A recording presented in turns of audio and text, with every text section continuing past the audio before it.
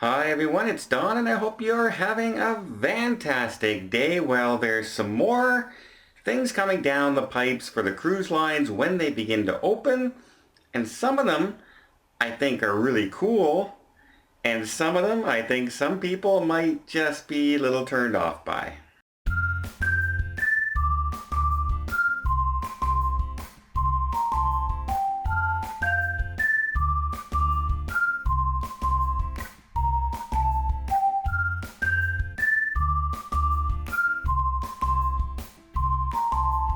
So a lot of people, what are you going to do when all this is over? What's the first thing you're going to do? Are you going to travel? Are you going to go to a restaurant? Are you going to go to a movie? Are you going to cruise? I'm going to get a haircut. It's driving me nuts right now, but I digress. Some more things that are coming down the pipes that we're seeing more and more as the cruise lines are preparing. And by the way, it does look like an awful lot of places, I can't confirm it, but a lot of places, some cruise ports and some ship lines seem to be really concentrating on that July 1st deadline. It does look like they really are hoping to start sending out some cruise ships around the July mark, which means if they can open up a few ships in July and they work out well during July, and then they can open a couple more in August, that might mean that the fall cruises and holiday cruises like Halloween and Christmas just might still happen, and things might be a little bit more back to normal. But what will normal look like on a cruise ship? Well, Royal Caribbean has a few trademarks that they are introducing lately. One of them is an e-muster, what they're calling. And of course, the speculation there is it is going to be an electronic muster drill.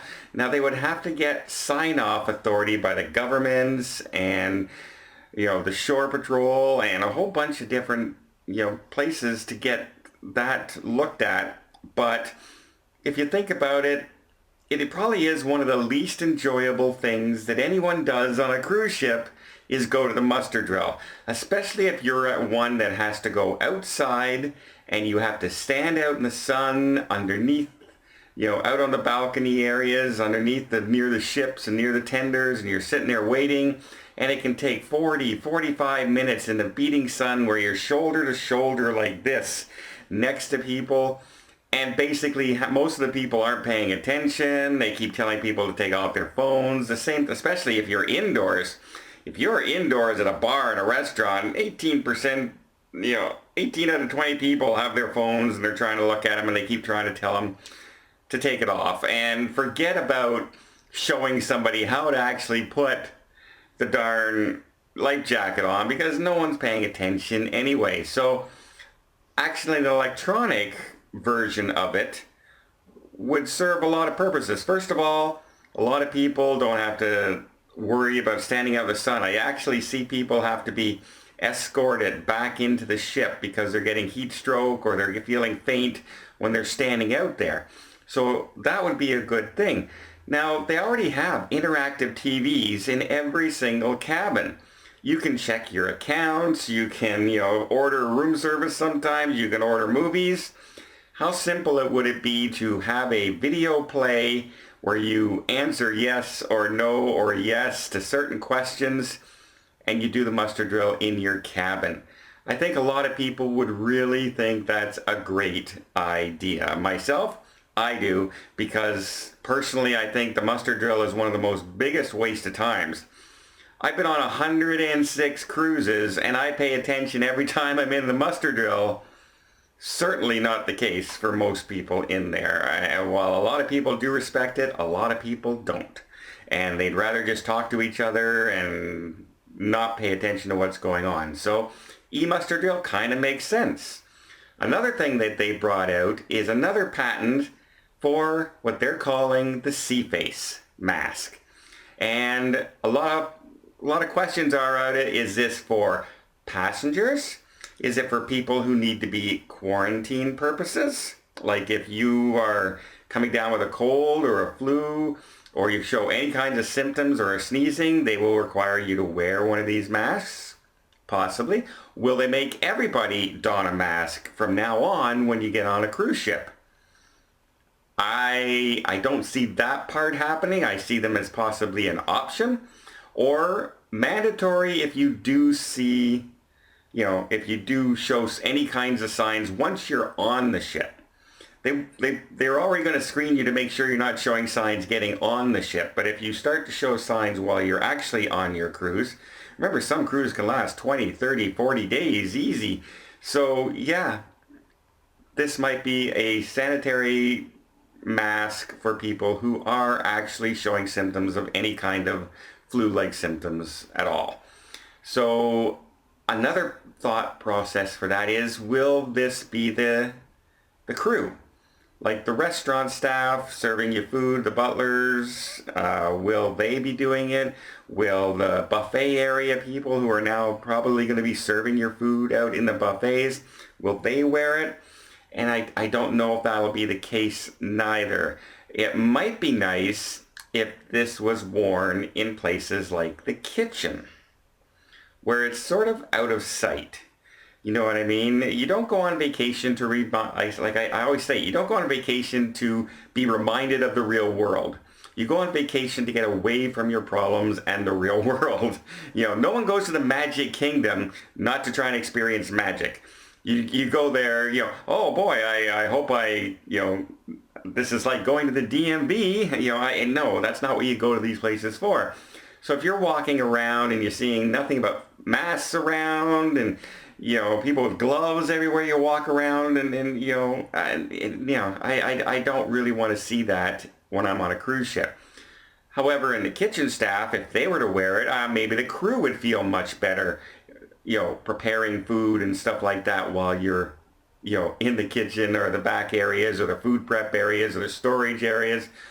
That might be a reason why they're bringing these masks on as well.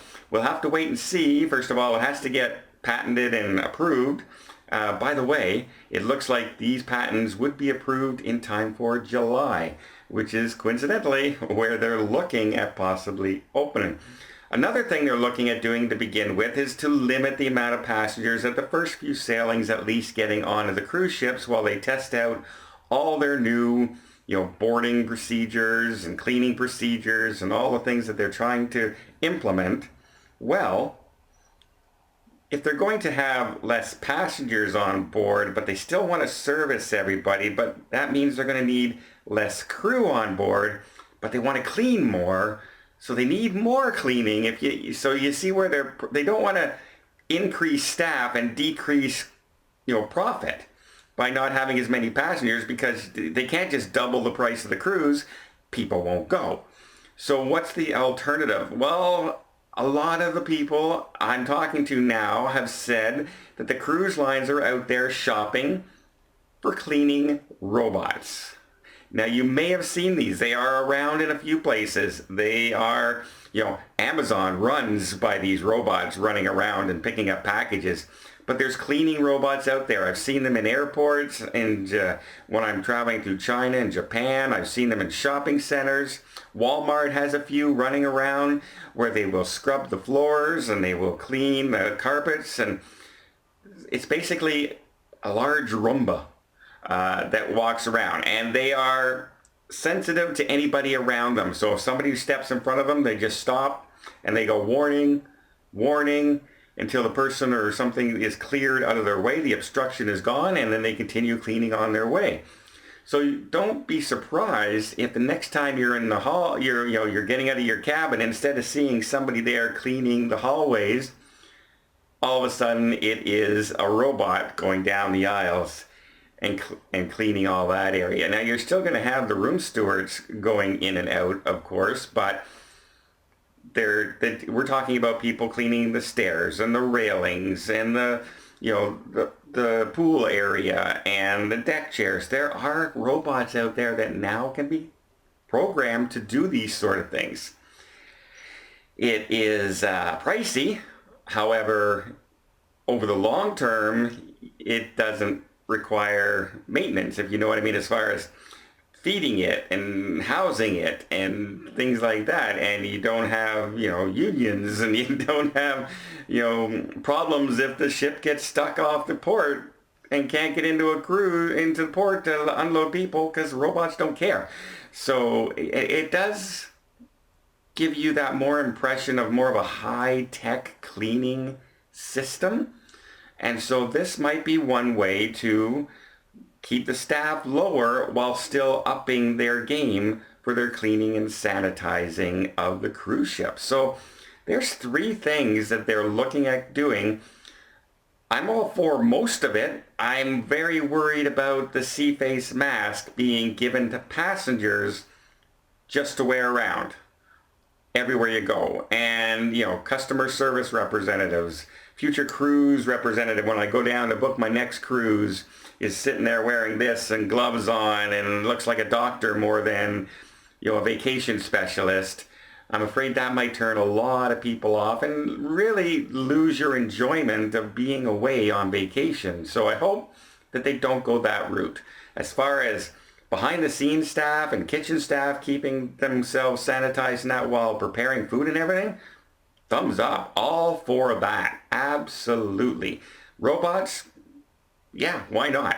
And as far as the e-muster, I think it's a long time in coming. You used to always have to stand out front. You used to always have to bring your life jacket with you and they would show you how to put it on and test you. Then they changed it to you don't even have to bring your life jacket down. You just have to watch somebody do it.